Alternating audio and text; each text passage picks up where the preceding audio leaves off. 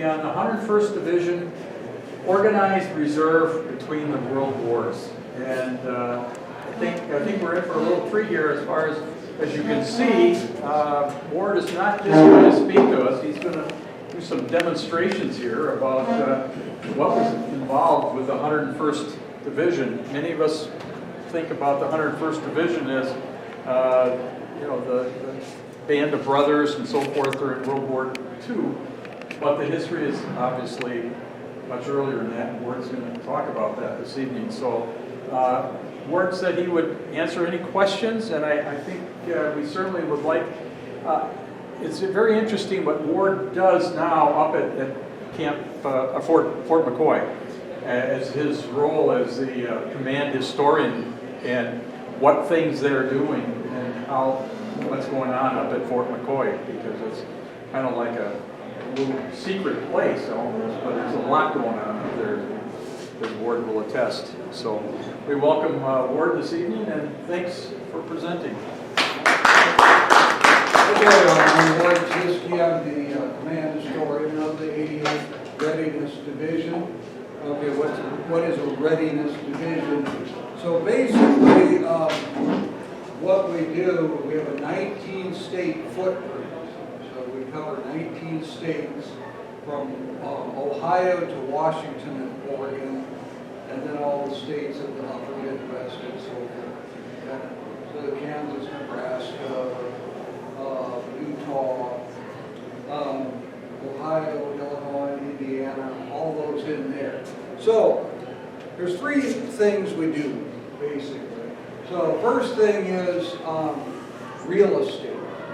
So all the Army Reserve centers in those 19 states, the command, what they do is they commission buildings, they decommission buildings, they rent buildings, they fix buildings, everything that the Army Reserve units uses in that 19 states. Also maintenance. We have, I believe it is 19, I might have the number wrong, but they're called area support and maintenance activities. And what they do is they fix equipment for the Army Reserve. We also have several equipment concentration sites. So the biggest one is at Fort McCoy. They take Army Reserve equipment and they have it there. It's concentrated there so it can be used in maneuvers. You have huge maneuvers around the United States, especially in the summer, when the Army Reserve and the National Guard does their annual training. So that's the other thing. Also we have personal services, so that's writing orders, promotions, promotion boards, profiles, LODs, all sorts of stuff. Now, for my job as the historian, I help Army Reserve units in those. Oh, I'm losing one already. I'll try to make it more interesting. Okay. Don't worry, I'm good. Okay. So I help Army Reserve units with their lineage, their history, their displays, artifacts, where they came from, and so forth. So,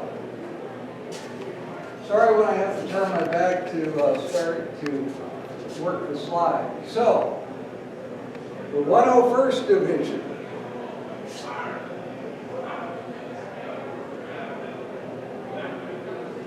Of course, this is written in the military style, kind of modified. Of course, our shoulder sleeve insignia is that blue clover leaf there. That's what the soldiers of the 88th wear on their left shoulder. The double-headed eagle, that is USARC, that's United States Army Reserve Command. It's at Bragg. That's the command that all the Army Reserve units fit under.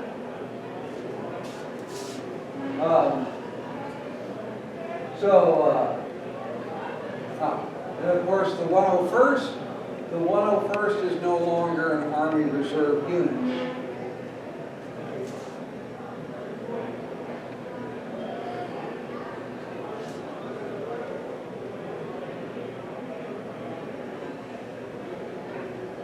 And I'm not going to read slides to you. That's the worst thing you can do for people. So, what what is the National Guard? What is the organized reserve? When I say organized reserve and Army Reserve, think of it interchangeably. It used to be called the Organized Reserve until 1952, and then it took on the term Army Reserve.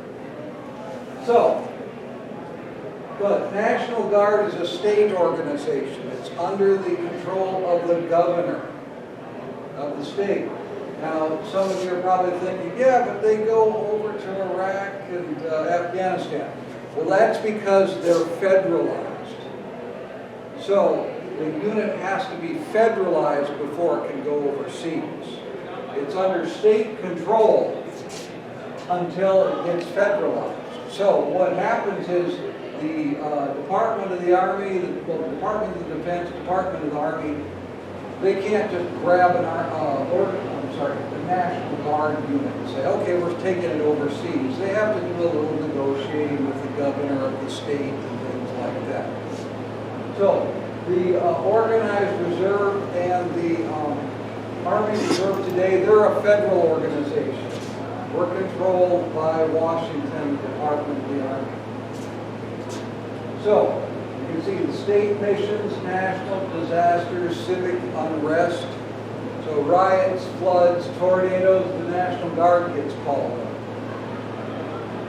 The Organized Reserve or the Army Reserve doesn't have a state mission, but it can be called out for if the disaster is big enough.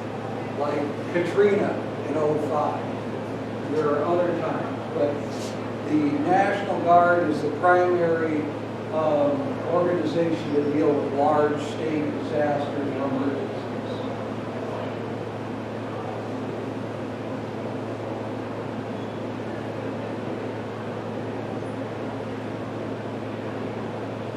Okay. So, the main National Guard unit in Wisconsin, and this is between the World Wars, was the 32nd Division. It's now the 32nd Brigade Combat Team. So the red arrow, you see soldiers with the red arrow, that's the 32nd Brigade Combat Team today. But in World War II and before, they were the 32nd Division.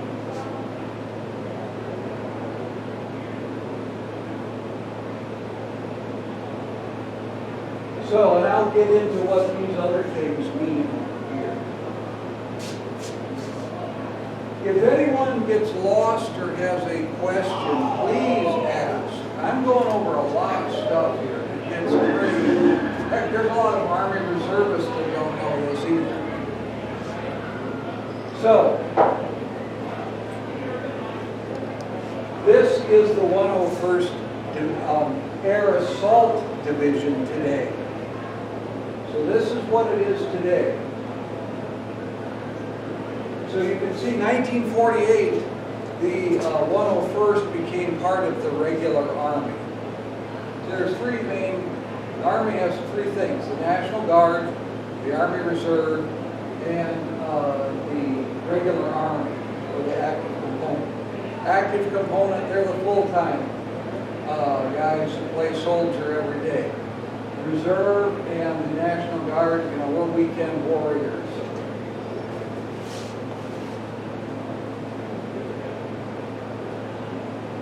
So what happened is the 101st Division became an airborne division in 1942. And that's what everybody remembers the 101st as an airborne division. By the way, has any of you been to Fort Polk? Ah, okay, good. Obviously, you've led a good life. So, anyway, I was stationed there myself. So, anyway, I won't go into it. I did get a wife out of it, so she's still with me today. I brought her up here. After I got her calmed down about, polar bears and penguins, Eskimos, and then blocks falling out of the igloo, she got used to it. So she actually likes it.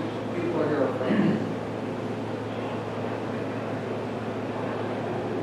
So, between the world wars, we're talking the 1920s and the 1930s, so we're talking 1921 to 1941, they called themselves the Iron Division.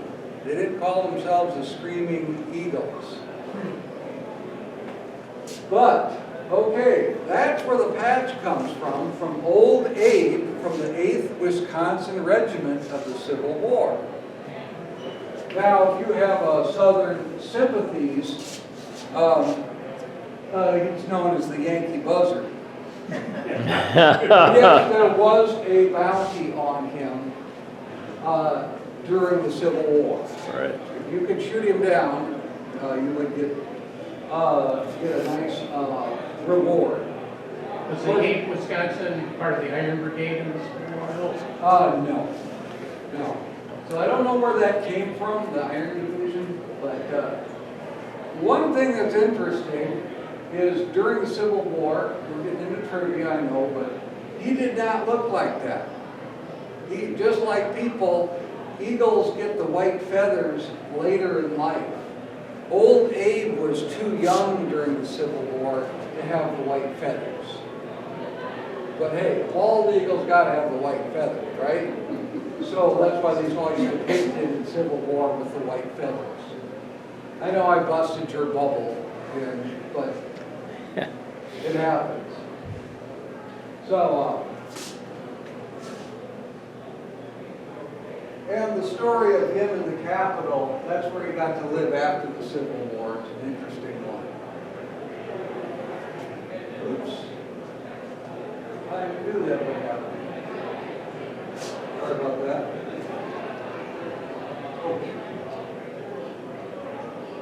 Okay, sorry. All right.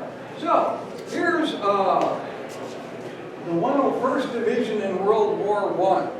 You can see that they had quite the history in World War I. Got to Camp Shelby, Mississippi, stayed for a month, and then they were disbanded.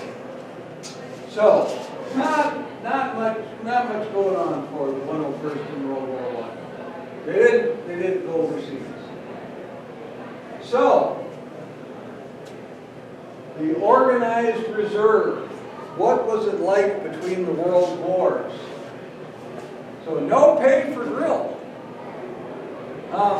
They did start paying, now they paid National Guardsmen for drill. But for the organized reserve, you didn't get any pay for drill. They didn't start paying until 1948. One of the reasons they said that they didn't want to pay them because it would hurt their patriotic spirit. Be paid for drill. Being an Army reservist, I found that the pay has not hurt my patriotic feelings at all. So they didn't have much equipment.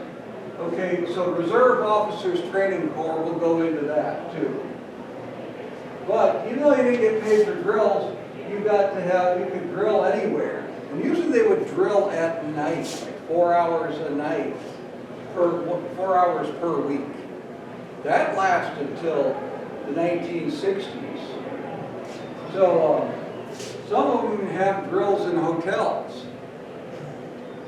So the organized reserve, unlike the National Guard, was basically only officers. They were only allowed to have 33% of their enlisted strength, sergeants and things like that. They never got anywhere near that, because no enlisted people really wanted to be in the organized reserve. You don't get paid for drill, and you got all these officers to order you around. So a lot of chiefs, there's one Indian that doesn't work well.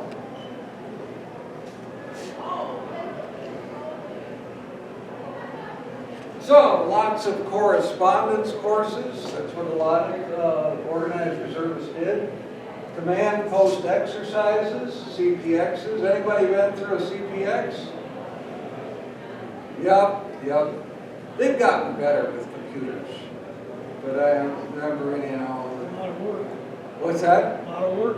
A lot of work, a lot of... What's a CPX? What? What's a CPX? It's a command post exercise, so basically you get all the commanders and high up people, and you're looking at maps and you have like what they call injects. Okay, the enemy attacks here, or this bridge is out here, and you got to react to it. Citizens military training camps. A citizens military training camp, they went on from 1921 to 1940. Most people don't remember them today. Basically, young men could train for 30 days in the summer.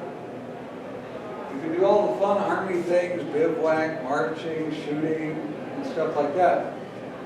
You could do that for 30 days during the summer at government expense with no obligation. So thousands of young men went through it, through a CMTC camp. If you did 4 camps, basic, red, white, and blue, you could get a commission as a lieutenant. Very few people did that, though. But what it did is it got people interested in the Army. A lot of them after that would go, okay, I like this. They'd join the regular Army, they'd join the Guard, they'd go to ROTC or something like that. And Civilian Conservation Corps, I'll get to that later because I've got a lot on that. Some people, that's all they want to hear about anyway. So I think I got that well developed. So, reconstituted in the organized reserves on the 1921.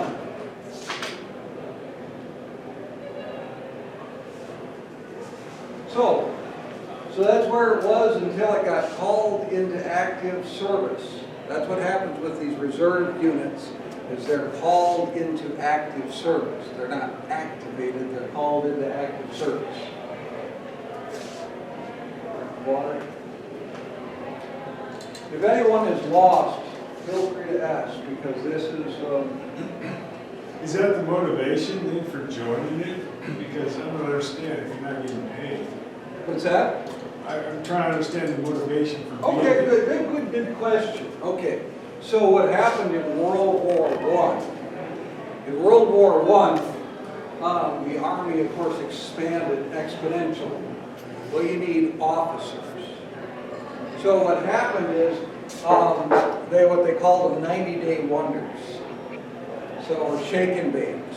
So you had these officers camps for 90 days where all these men would learn how to become officers. So after the war, they were commissioned. They had a reserve commission. Well, what happened is the Army realized we don't want to do this from scratch again. They did that in World War I. I could really go into it. It really built the Army from scratch, from these regiments of the regular Army and the National Guard that were just in isolated outposts and stuff, trying to bring them and then add other people. So they had all these officers and said, we've got to keep these officers engaged. We don't just want to lose them and have to start from the beginning. So that's why they created the Organized Reserve in 1924, so the people who had become officers and wanted to still do the military thing, but not full time, but there was something for them, and that's where. Also, 1916 is when ROTC began, colleges, land-grant colleges, state schools, Reserve Officers Training Corps. So they needed a place to get all these commissioned lieutenants. Where are you going to put them? Well, some of them go into the active component, into the regular Army. Some go into the National Guard. But you still have a lot more lieutenants than you have slots, because the Army was small between the World Wars. So that's where you had the Organized Reserve. So it was either active component, National Guard, or the Organized Reserve, or nothing. So that's what they're, and then even though you didn't get paid, now you did get paid for summer drill, or summer camp, or when you were on actually what they call active service. So you could get a paycheck during the summer. So, and it depended on what unit you were in. You know, some of the units where you learned stuff and it was really professional. It was Others, it was kind of like drinking clubs. So some people joined for different reasons. Some people were wanted to be good, hardcore soldiers and be professional. Others wanted guys to drink with. So that's another reason. Some of them want both? Some of them want both. Yeah. And so these are the commanders of the, now, I forgot to mention, remember, the 101st Division, its headquarters is in Milwaukee, Wisconsin, and it's going to have subordinate units through Wisconsin, and we'll see that in a minute. The reason I put these commanders up there, who knows, maybe it's somebody with a big name somewhere that you might recognize.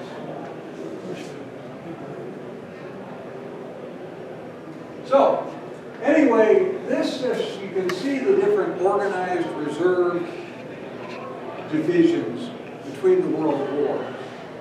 So, the 88th Division, which I'm part of, they had Iowa, Minnesota, and North Dakota. The 101st just had Wisconsin. 86th had Illinois, 84th Indiana, and so forth. So the corps boundaries have 3 X's. Division boundaries have 2 X's.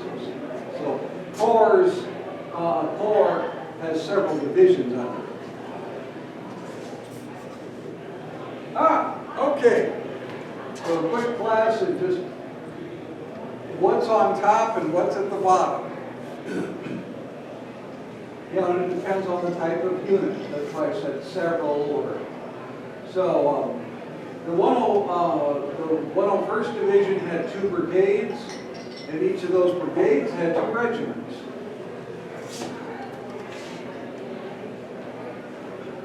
That's hard to see. Okay, so this is the division in 1921 when it's formed.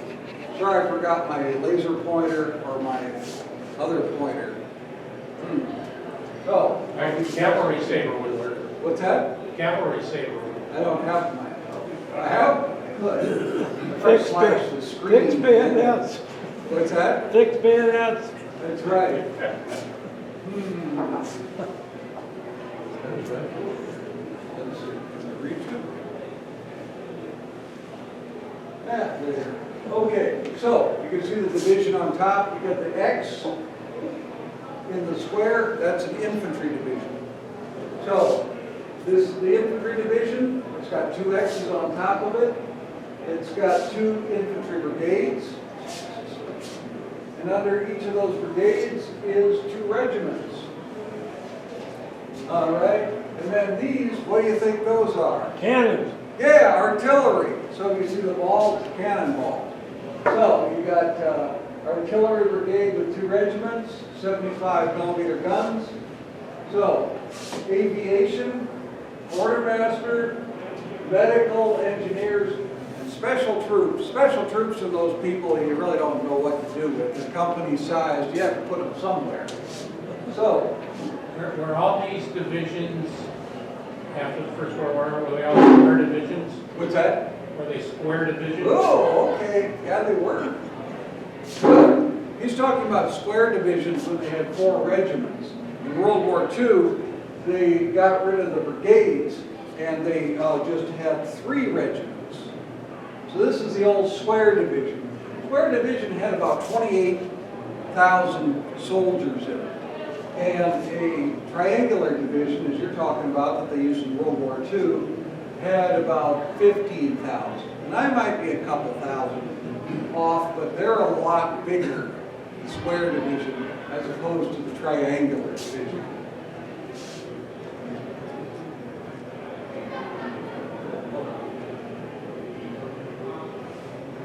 So here's just a quick of the different types of units here. Again, you can see the artillery and things like that. Medical, veterinary. We'll get into that a little bit. So, the headquarters, and it was at Milwaukee. And I'll just let you look at some of those.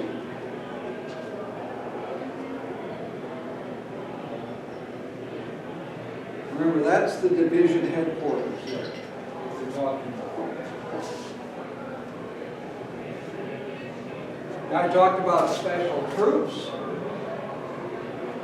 And noticed they had a motorcycle company. And annual training, that's where they did get paid for annual training.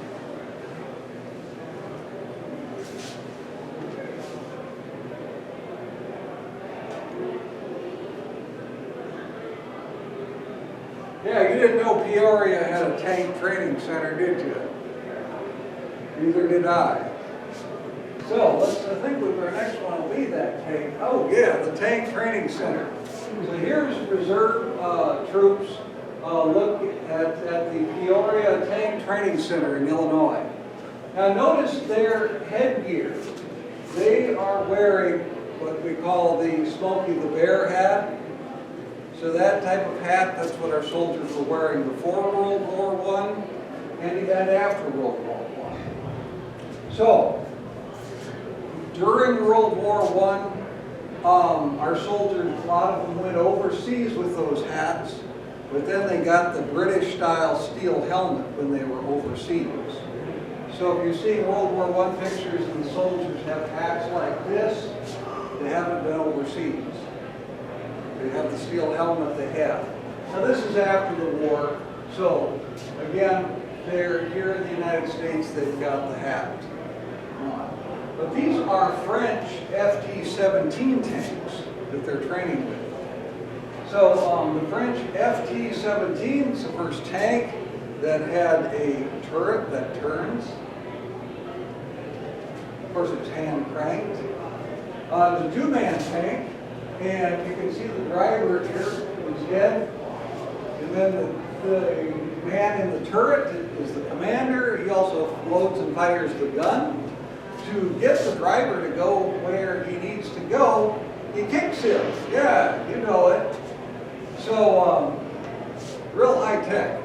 By the way, this tank has a speed of 4 miles on roads and about 2 miles an hour cross country. Ooh. The M1's a little faster. So then we did upgrade, and here is our M2 tanks that later came by. So you've got, look how many machine guns are on this thing. It's just festooned with machine guns.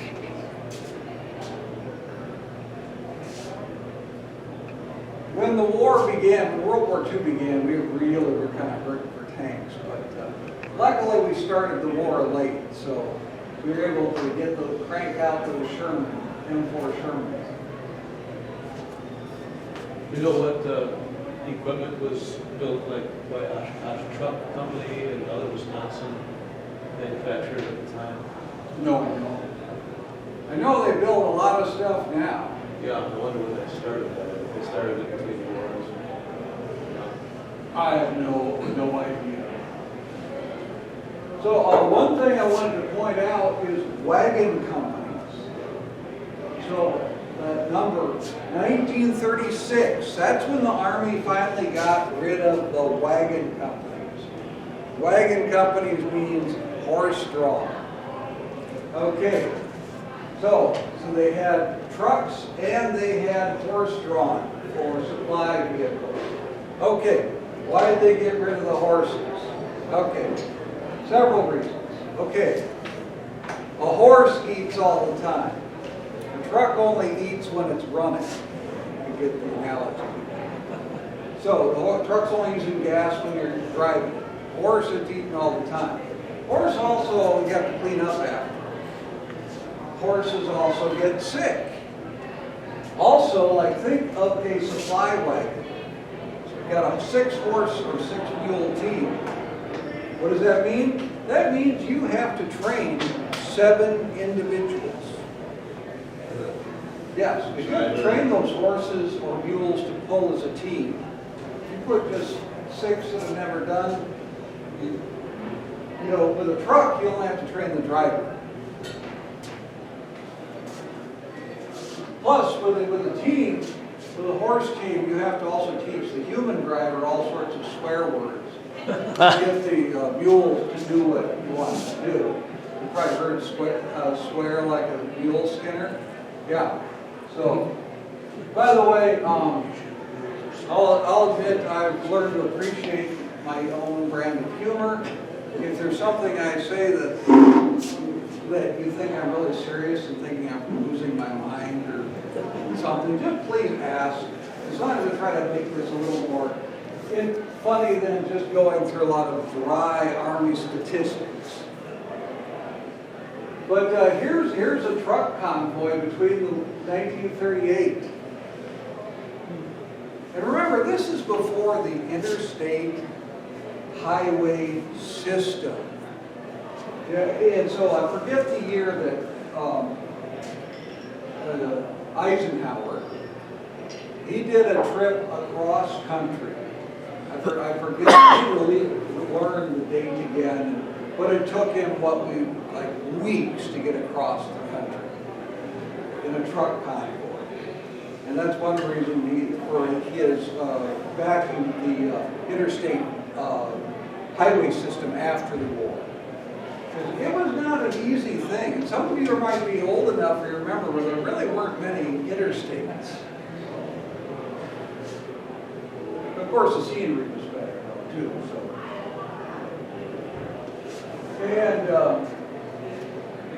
So quartermaster training, motor repair companies, those old trucks, you know, you can almost get inside them to work on them. I mean, there's a lot of space. It's not like cars today where you open the hood and everything, all space is taken up and it's hard to even get a hand in. Those old ones, it's great. You open it up and you can get at the engine from multiple angles. So here's a mule-drawn wagon I was telling you about.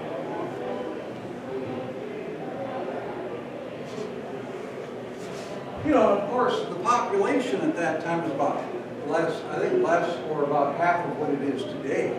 There was a lot of places that, you know, a unit could just go and just do its thing without having to get all sorts of permits and things like that.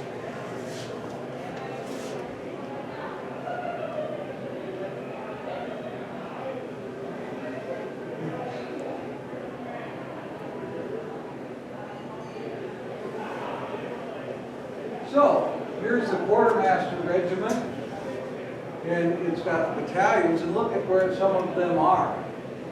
These are organized reserve battalions in the different towns. Oh, hey, Sparta. And so you can, yeah, we'll go into that.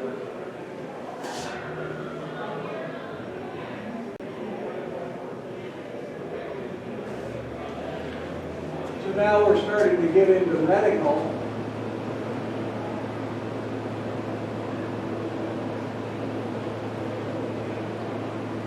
So, Fort Snelling.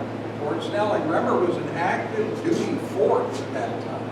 It didn't close till 1946. By the way, Fort Snelling was known as like the country club fort. It was a place as a soldier that you wanted to be. So I like to say that soldiers were having too much fun there. Their morale was too high, so they had to close it and put them someplace else.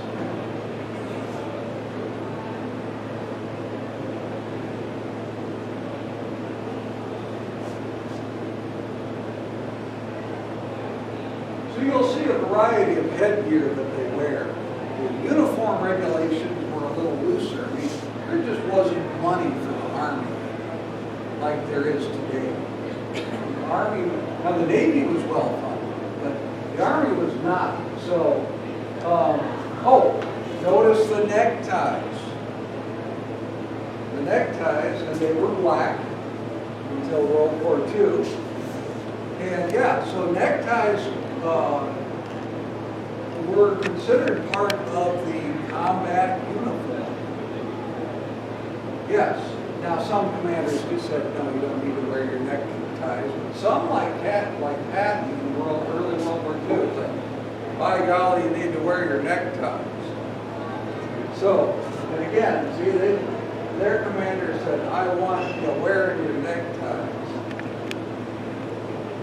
Yes, We just offer that it's a good tourniquet if you need it. that's right. Multiple uses, yeah.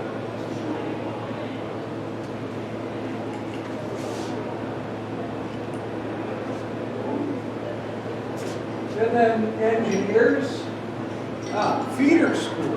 What's a feeder school? Okay, feeder school is, okay, so the University of Wisconsin has ROTC, Reserve Officers Training Corps. So they graduate, or they commission these officers, where are they going to go? A few go to the active component, a few go to the National Guard, and the rest need a place to go. So the University of Wisconsin was sending a lot of lieutenants into the engineer regiment there. It's a thing called, you can have like, and they still kind of do it today, double and triple slotting and stuff. You need a place, so there might be one slot, but you might have 2 or 3 soldiers in it.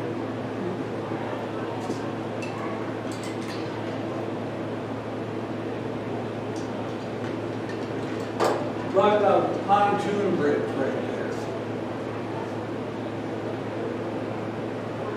So, this is the 1930s. So, the helmet. I know you see the helmet and go, oh, World War I. Okay, the M1917 helmet that we copied from the British, they didn't start to replace it with the M1 helmet that we all think of until 1941. So, this helmet was used all through between the world wars. So, also like when the Japanese attacked Wake Island and the Philippines and Guam, this is what our soldiers were wearing. And then when they surrendered to the Japanese in the Philippines in May of 42, this is what they were wearing. So this is showing in the 30s things. You've got the Browning automatic rifle, Colt 3 Springfield, 45 caliber pistol, things like that. It's a military show up at Fort Snelling. Yeah. Where's Camp Williams? Camp Williams. Okay. Camp Williams is, you know where Volk Field is? Camp Douglas. That's also Camp Williams. It went a different name. Thank you. Yeah, because that it goes by different names.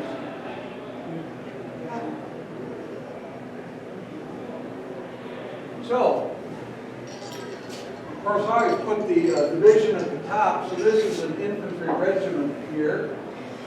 Okay, versus the brigade.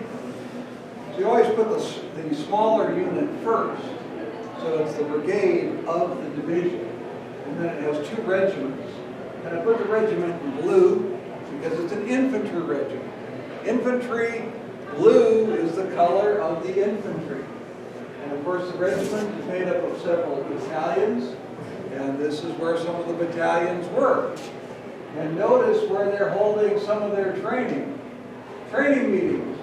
Hotel Ratlow in Fond du Lac.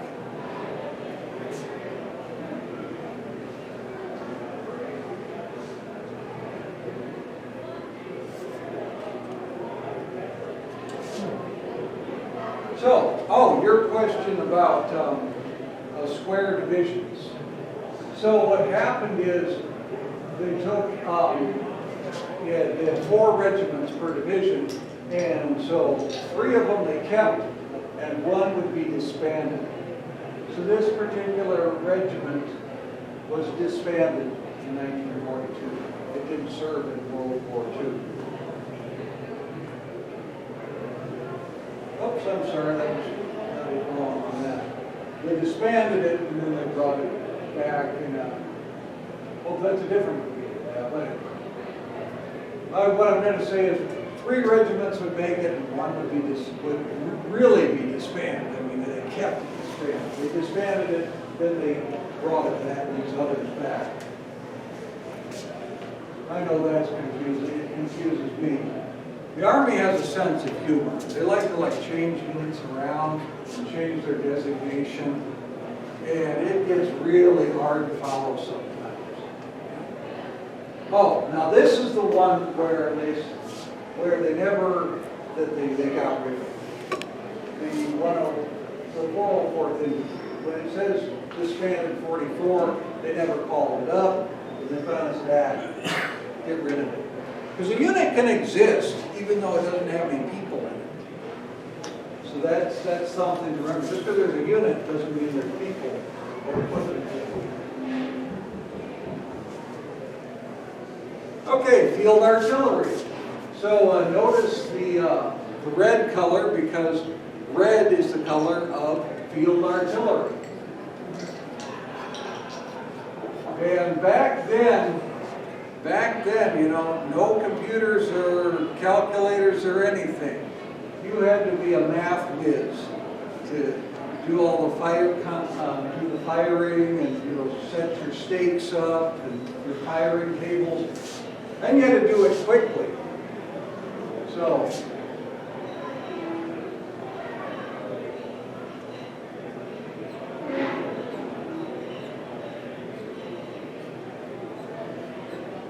notice again, reorganized from horse-drawn to truck-drawn.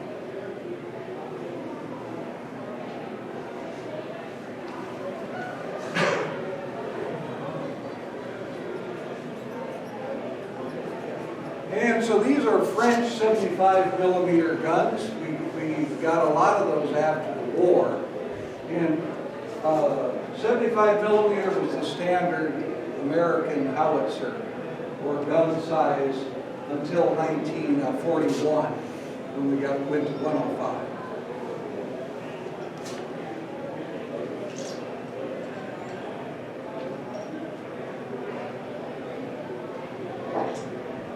So again, these soldiers are at Camp McCoy. This is just a few, I think this is like 1938. They got a 75 millimeter howitzer. You can't see it, but they are wearing their neckties. They're the new khaki ties. And of course, this type of helmet.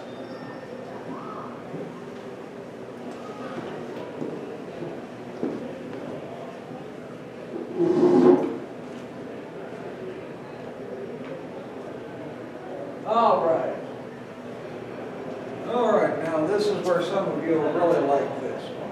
The CCC, the Civilian Conservation Corps. Has anyone here not seen a CCC project? Okay, well, you spoiled my fun, because I always like to ask that question to someone, and it's like, no, you're wrong. You've seen one, you may not have recognized it. You know, the only way not to see a CCC project is to be blind, because they were everywhere. State parks, national parks, they had camps all over the United States. Okay, one thing people don't realize is when they call them enrollees. If you're in the CCC, you're an enrollee. When you were an enrollee, you were under Army jurisdiction, except when you were on the project site for 8 hours. So you're in camp, you're under the Army jurisdiction. You go out to like a project site where you're planting trees, well then you're under the Forest Service for that 8 hours that you're working out. If you come back, you're under the Army. And you're going, okay, why is the Army doing this? Okay, the CCC program was formed in 1933, and it came about very quickly. Okay, who can take these thousands of young men, transport them, do the administration for them, feed them, pay them, do medical things, clothe them, get billeting for them. The Army. The Army is the only one who had the capability of doing that. So the Army ran the CCC. Now what happened is after a short time, the regular Army, the active duty people said, wait a second, we cannot administer these hundreds of CCC camps and prepare for war. We can't do both. We got one or the other. And so that's when the word was put out to the organized reserve, hey, can you do this? Of course, yeah, we can do it. Because remember, good jobs are hard to find in the 30s. So these organized reserve officers are like, yeah, okay. So they administered the camps. So even though they weren't doing military drill, they were forbidden from doing military drill. People were really worried that this would be used to create, a large army which would subvert the country. In American tradition, there's always been a suspicion through most of our history of a large standing army. And if you look at countries all over the world, the suspicion is warranted. Because in a lot of countries, the army isn't really there for defense against other countries. They're to keep the common herd under the leader's thumb. So, you weren't allowed to do military drill, but the officers learned camp administration, leadership, and so forth. And the men learned how to live in this type of environment and so forth. So even though they didn't do military drill, they still learned how to live in camp. They got different skills, to use equipment, build things. Also, some used it as an opportunity to become literate. So the CCC had a lot of Education. yeah, it was a very good program. So look, you can see here's Army officers with the enrollees. They're also known as $1 a day boys because you got paid $1 a day. Of those $30, yep, 5, you got to keep 5. The other 25 went home to your family because to be an enrollee, you had to be unemployed and your family had to be on relief. So, when I'm talking about relief in the 30s, it's not like we weren't the welfare state we are today. You were scraping by with very little. So, in fact, before you went to one of these camps, one of the project camp, you went to a conditioning camp. Now, a conditioning camp for most people today would be to help try to tone up and build some muscle and stuff like that. And there were some people like that back then, but mostly a conditioning camp was to help put some meat on your bones. Because remember, to be an enrollee at the time, your family had to be on relief and you had to be unemployed. So there weren't many fat enrollees. There were many that were undernourished.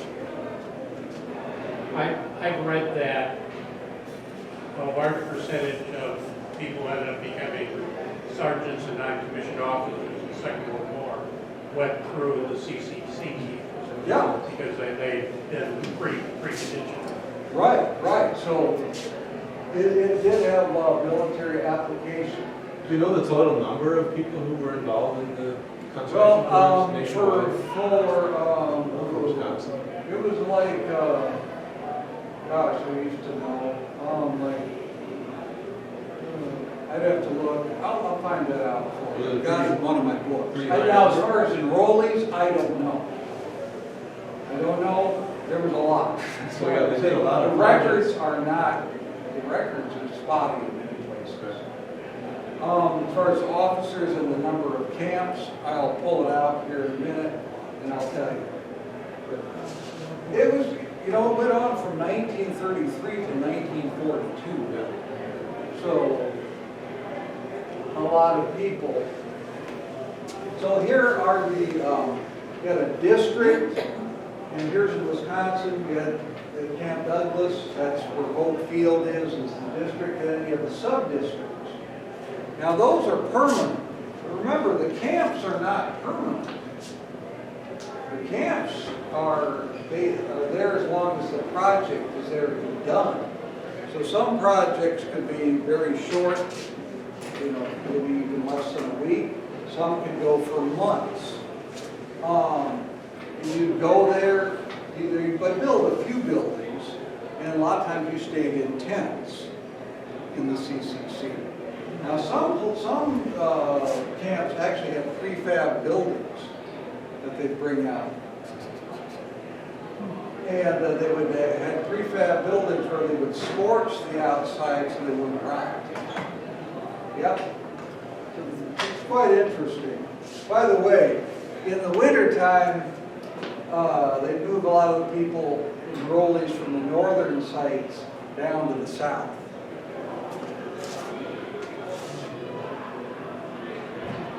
And again, here are officers at a CCC camp. Devil's Lake, does that ring a bell? So, and of course, the belts they're wearing are called Sam Browne belts. We adopted those from the British in World War I. And later, I think it was about 43, we finally phased out the Sam Browne belt. Totally. And of course, the style was to have like the riding breeches there. The big.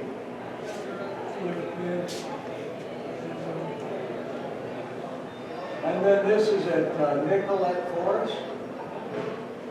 Not everybody got to go south in the winter. And here's just some of the things that the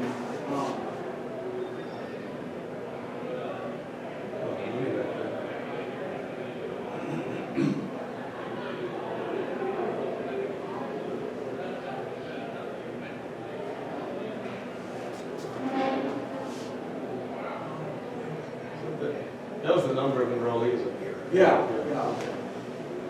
For Wisconsin.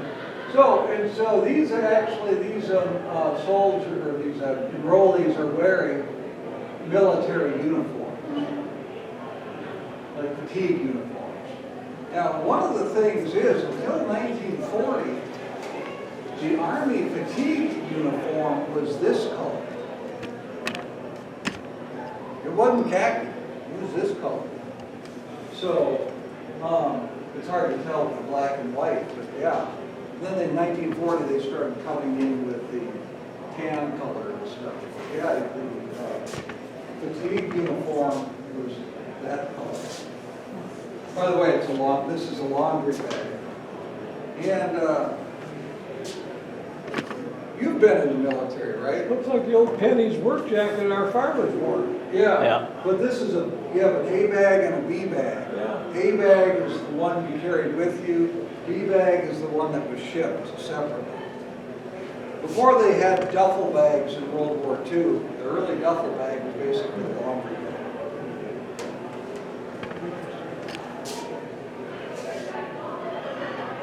So one of the things the CCC did is they took, now this is a World War I overseas cap, excuse me, overseas cap, and it's been dyed. So later, different colors. So later they were doing that and even manufacturing uniforms based on military uniforms, but in that color. And then it's got a CCC patch there. The CCC came out with a lot of different patches.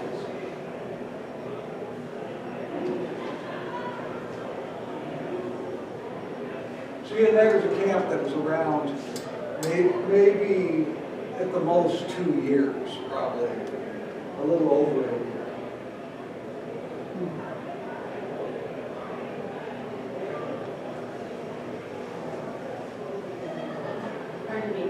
Yeah.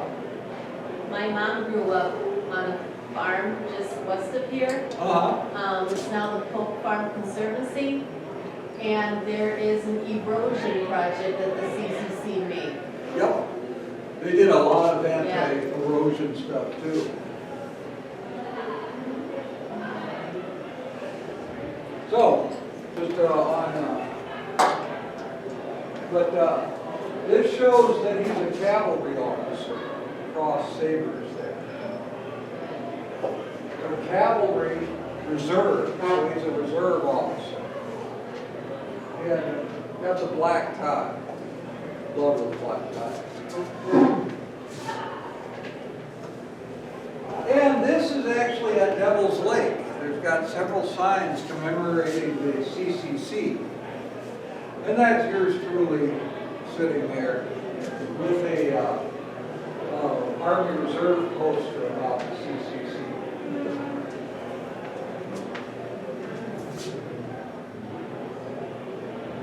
So, what I wanted to do, kind of ended up, we always think of, okay, World War I. Then there's World War II. But even though World War I was the war to end all wars, right? Okay, there was a lot of military activity going on in the world between the world wars. So, the U.S. occupied Haiti 1915 to 1934. And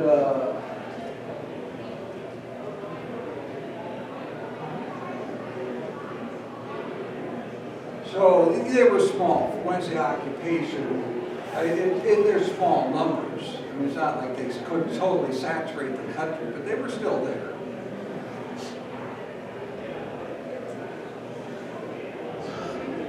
Okay, so the Greco-Turkish War after World War I, Turkey lost a lot of territory. It lost the areas which are now Saudi Arabia, Jordan, Iraq, Israel, all that stuff in there. And then the Greeks said, we can grab some part of Turkey too. And they didn't go well for the Greeks. But Spanish Civil War, 1936 to 1939. You've ever heard of the Abraham Lincoln Battalion? Those were U.S. Citizens that decided to go fight for the Republicans in Spain. And, so Spanish, For Whom the Bell Tolls by Ernest Hemingway, that's about the Spanish Civil War. And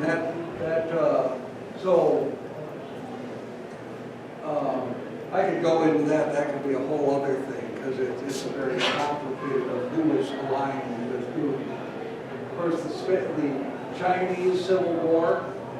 And when I say 1926 to 1936, it went into, they had like a truce when the Japanese invaded. Yeah. And then they got back to fighting really hard against each other in 45. The Japanese were defeated. And then, of course, Mao Zedong won in 49. So Abyssinia is Ethiopia. Now, this next slide, it's about a country that is in the news a lot. Dun, dun, dun.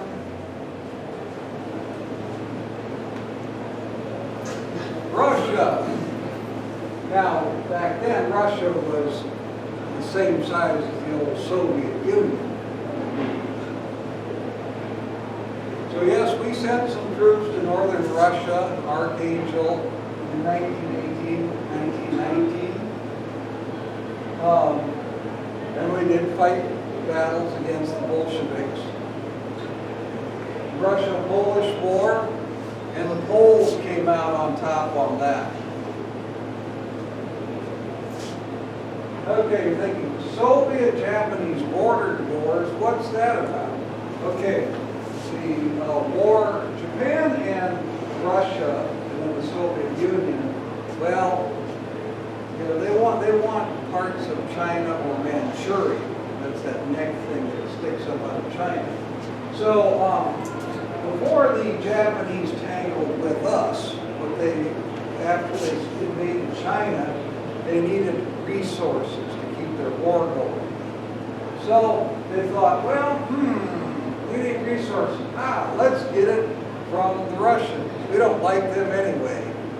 And we can knock them flat like we did in 1904, 1905. So they picked a fight with the Soviet Union in Manchuria.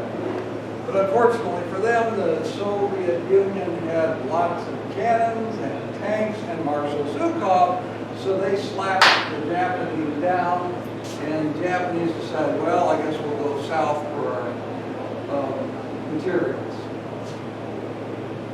So, of course, World War II began when Germany invaded Poland on September 1st, 1939.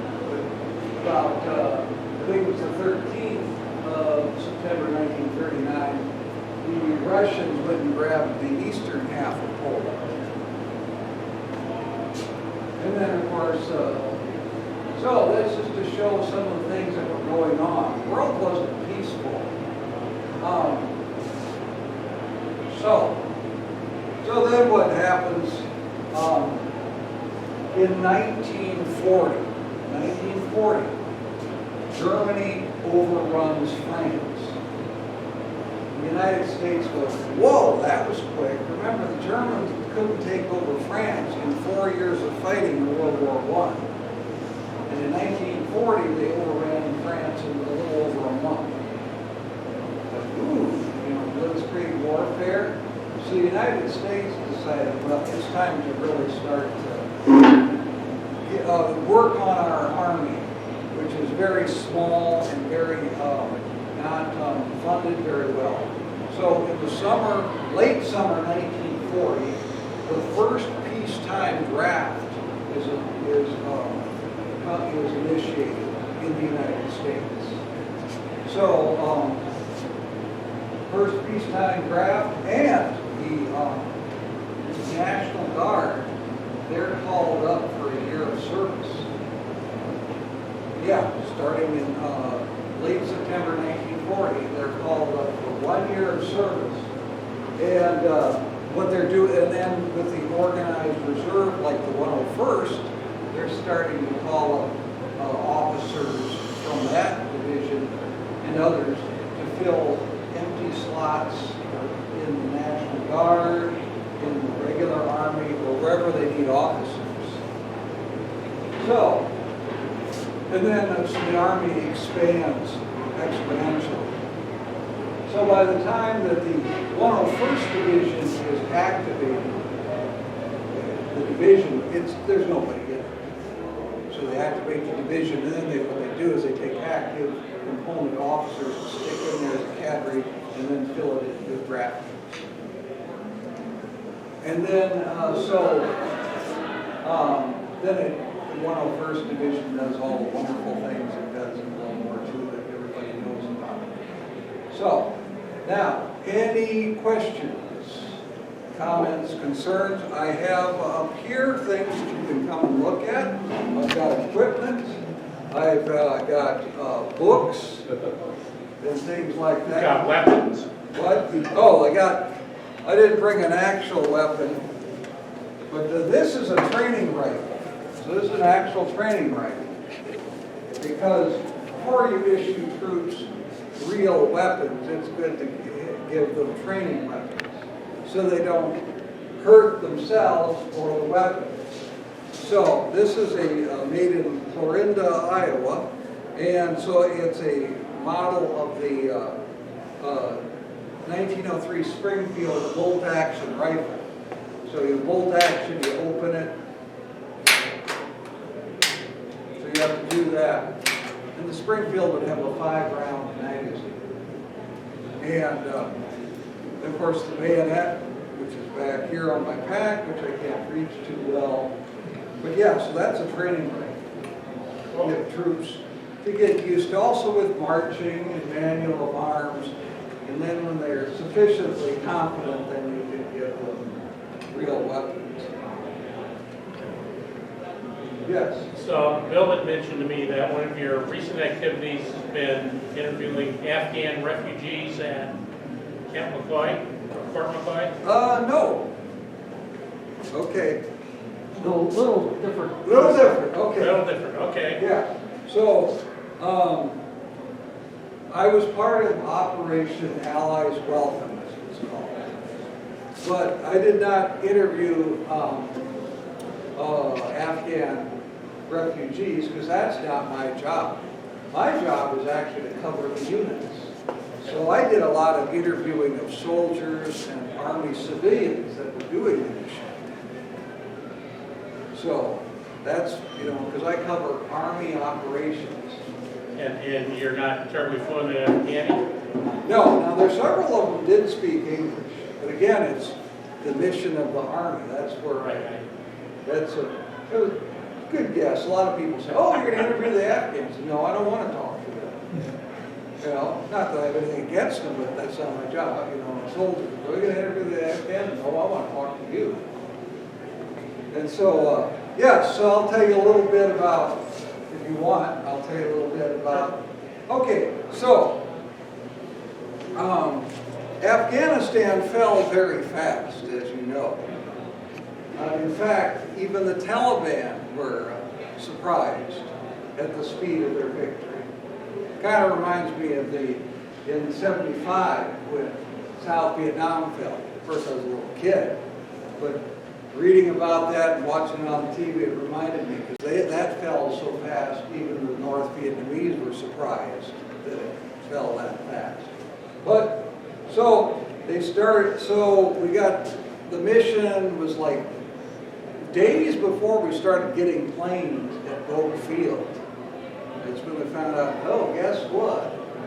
You're going to get a bunch of refugees. So the planes, so they basically, through this task force is a military organization that is put together for a particular mission. So you have units that are not usually, that don't work together, you stick them together for a particular mission. So like, for those of you who, World War II aficionados, you see that a lot in the Navy, task force, there's naval forces. So the Army does it too. So we have this task force McCoy.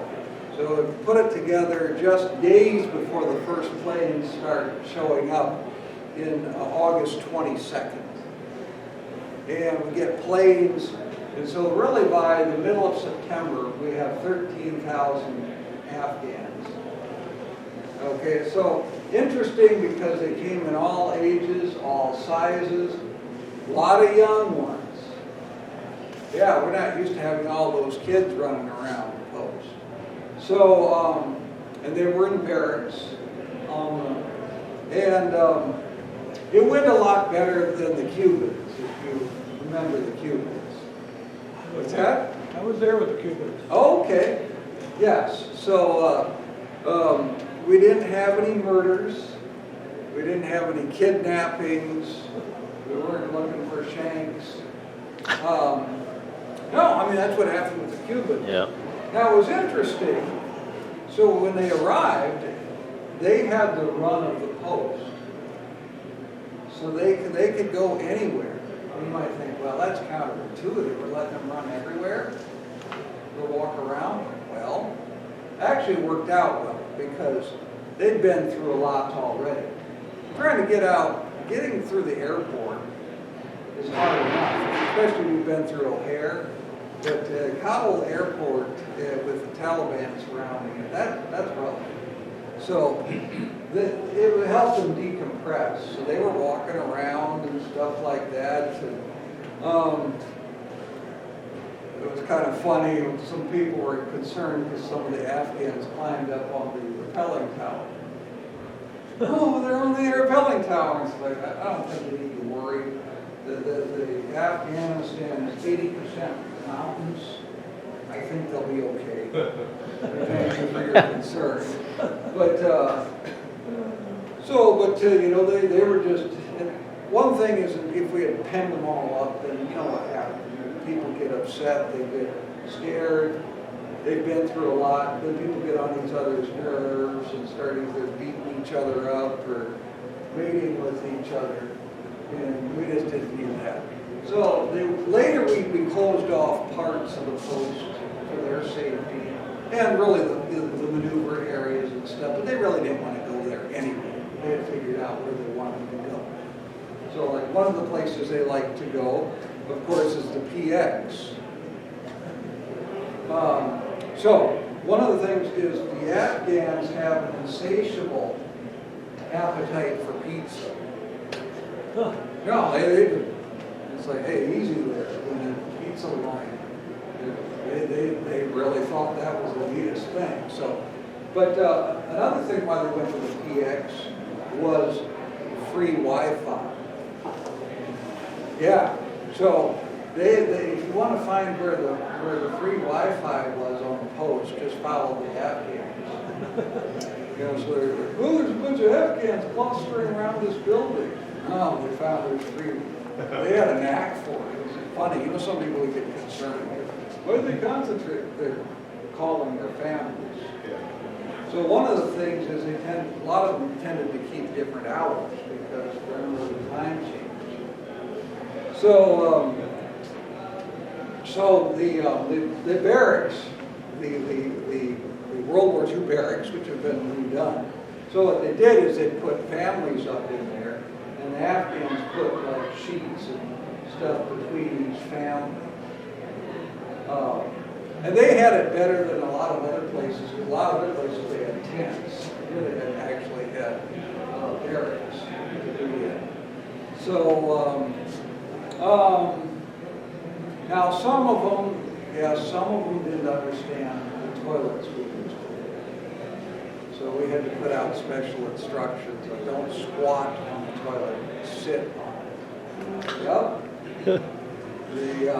It's interesting, you know, so these people had cell phones and smartphones, but not flush toilets.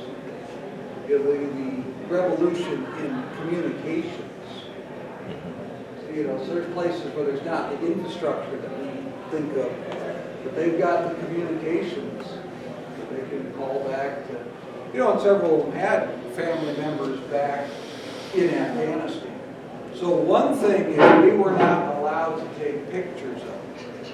Later we could take pictures of their backs, but not their faces. We didn't want that to get back to Afghanistan and so forth, because then the Taliban could say, okay, I recognize him. Well, I know who he's related to. You know, and then say, oh, guess what, you know? We know you're over there in the United States, you got family members over here. You know, what you gonna do this for us so we won't do anything to them? So that was that reason. So yeah, we had to get them. It was quite an interesting thing.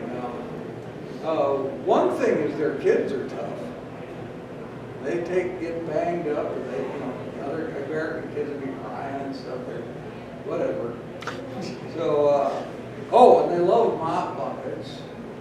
You know, those yellow mop buckets? Yeah, the kids were playing with them and pushing each other around in them.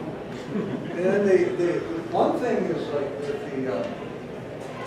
when they first moved in, the whole post, anything where you could hang clothes, had clothes on.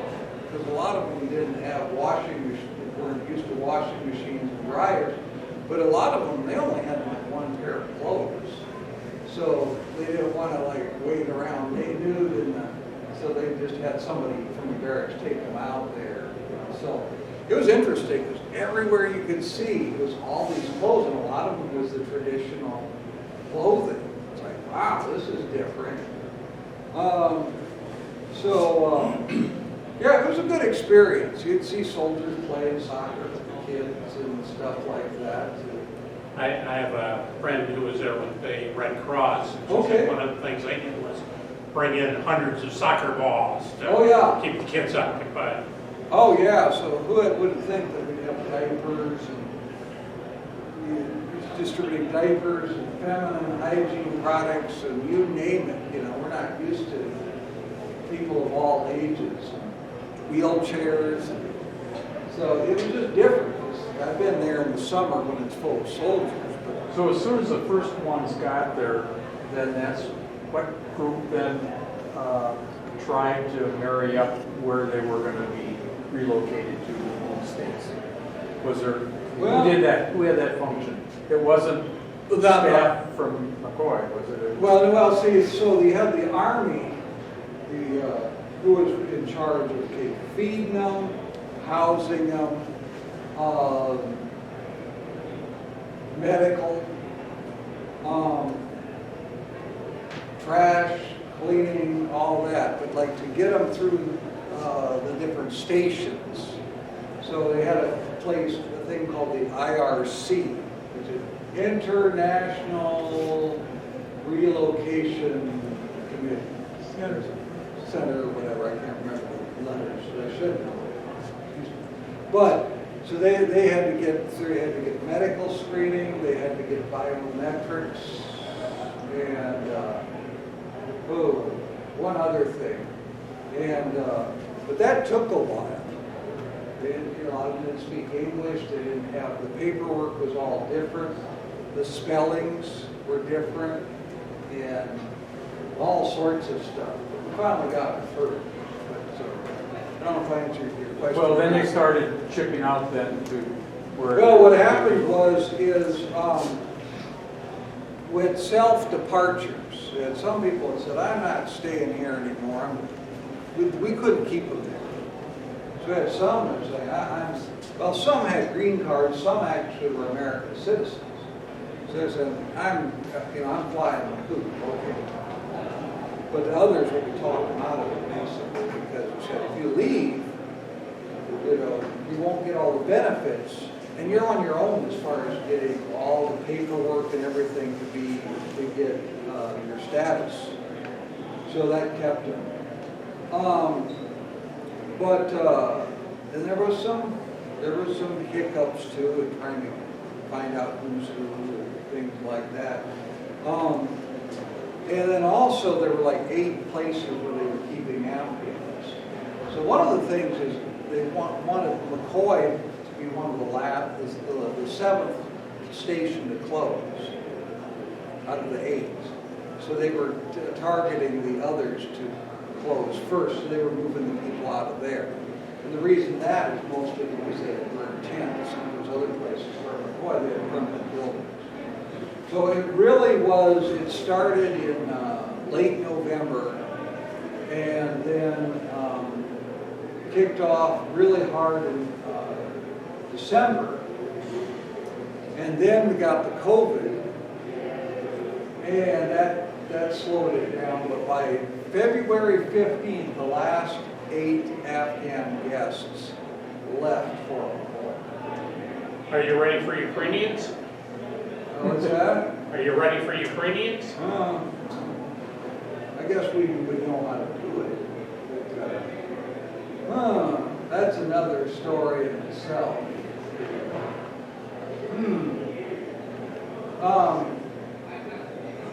I will say this, now getting into,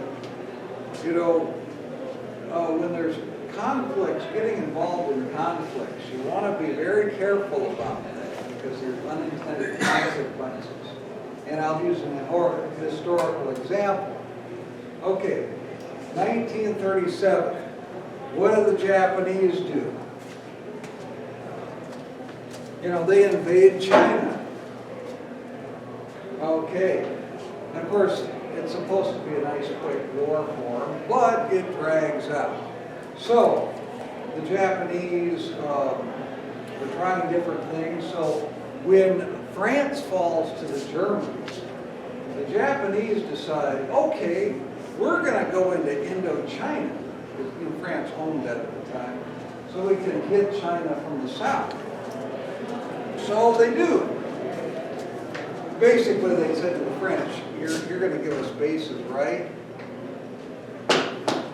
Right? Oh, okay. Sort of like, well, they they got into Indochina, and that's when the United States really pulled out all the stops. Said, okay, that's it. No more oil, we're freezing your assets. So, you know, that'll show, well, guess what? Later they, well, what do we do? We'll go down to the Dutch East Indies and Burma and Malaya to get those raw materials we need to continue our war in China. Oh wait, the Philippines are between us and those places we want to go. The United States will probably interfere. So Pearl Harbor. So a lot of times you press somebody, they might try options that you didn't think they would even think of. Yeah, we won that war, but it's kind of painful. You know, and if it weren't for the atomic bombs to make Japan surrender, our casualties would have been much higher. So I'm just throwing that out as, you know, the things you think of, and a lot of times the enemy has a vote too. So, but I guess we could take it very easy. Yeah. I just have one quick question about the observations you had when we were there with the Cubans. And what we were told is there wasn't enough money for some of those buildings, so that they put the Cubans there so they'd have to fix up a lot of those old barracks. That I don't know what the reason about that. And the place, you know, where we would go as officers, the place was crowded with spooks. That I don't know. Both CIA and other people called spooks, and it was very interesting times. Sure. You know, so one of the things is the population is different. You know, that was mostly single men and cast. Well, they emptied the prisons in Cuba. Yeah, why not? Yeah. You want Cubans, I'll give you some. Yeah. You know, so you had people from insane asylums and prisons and stuff like that. So we didn't have problems like that. We just didn't. I mean, yeah, they had some domestic disputes, and you had some people that did get arrested and had to be transported, like 2 or 3 different domestic violence. It's not that much. I mean, sorry, I mean, it's always good to have bad news, you know, fires and fights and rioting. It didn't happen. It went quite well. You know, I'm not just saying that.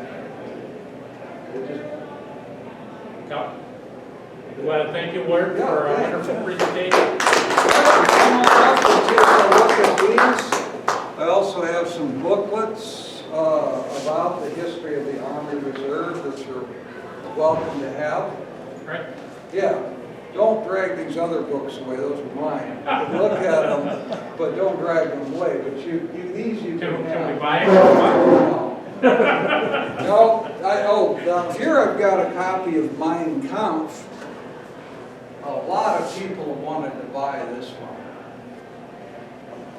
But it's, by the way, this is one of the most purchased and least read books in history. Yeah, because Second only to the Bible. yeah, maybe, but I mean, it was kind of one of those things where you want to have one on your coffee table. So everybody can see you have it. Germany, yeah, but writing was not Adolf Hitler's strong point. In fact, he dictated. He didn't write it. He dictated it in prison, and Rudolf Hess wrote it. And so, speaking of Adolf Hitler, here's a book. He burned lots of books, but he also burned copies of this. Teddy. Yeah, it's anti-war. So Adolf Hitler didn't think much of that. Because he thought war was like human beings' highest quality. So, yeah, we've got things on the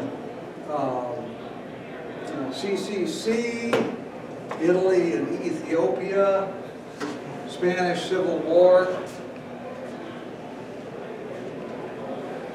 I've got to watch. This is silent. Remember, in the 20s, the movies were silent. And then this is one of the first talkies, all quiet on the Western western front, 1932.